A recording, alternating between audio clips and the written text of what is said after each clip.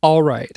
In this course, you've learned lots of different ways to bring targeted traffic to your site, such as through viral content, social media, blogging, press releases, affiliate marketing partners, and a whole bunch more. Now, the first thing you need to know is that you shouldn't just pick and choose your way through these methods, perhaps just doing the ones that sound fun to you. Well, the only exception, I suppose, is recruiting affiliates. Obviously, if you don't have your own product, then you can't recruit affiliates. Beyond that, however, these methods should work for the vast majority of niches, products, and services, and that's why you should seek to make each of these methods a part of your overall traffic strategy. The reason for doing this is to diversify your traffic sources. If you put all your traffic eggs in one basket, then your business is really going to hurt if that source dries up. And then, of course, there goes that fabulous vacation you've been thinking about. For example, if social media platforms suddenly make new harsh rules for commercial users, you might just be out of luck. Or if a paid advertising source raises their prices to the point where only Donald Trump could afford them, then your traffic is going to dry up fast if that was your only source. Well, unless you marry Donald Trump, but I'm going to assume that's just not an option for you. So again, diversify so that any problems with specific traffic sources aren't going to leave you high and dry.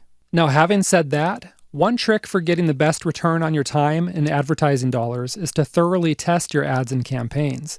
That way, you know exactly which ad venues give you the best results, which means you can focus more of your time and money on what's working and trim off any promos that don't work.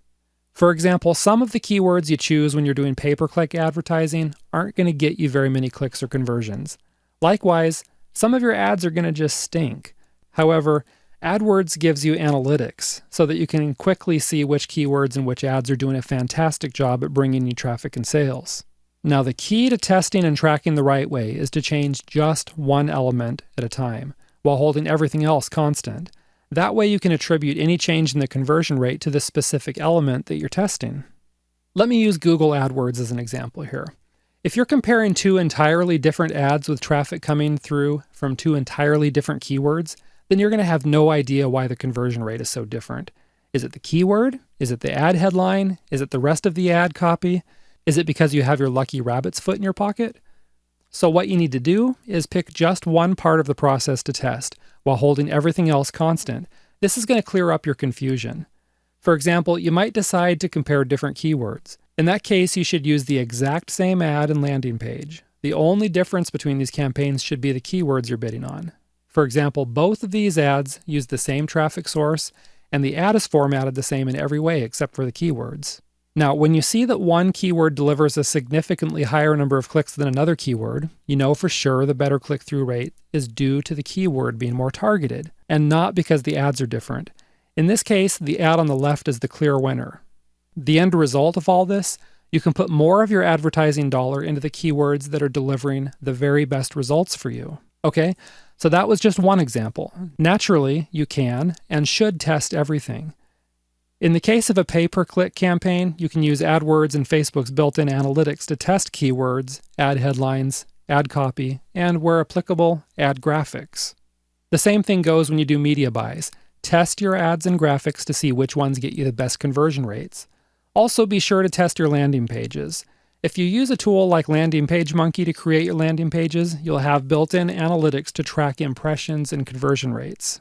Then all you have to do is just keep tweaking your sales copy, your graphics, background videos, and other parts of your landing page until you have the best conversion rate possible. I mean, you can kind of think about this like marriage. You wouldn't just marry the first person who agreed to go out with you, would you? Just think back to high school and think about who you'd be married to if you went that route. That's a pretty scary thought for some of us, right?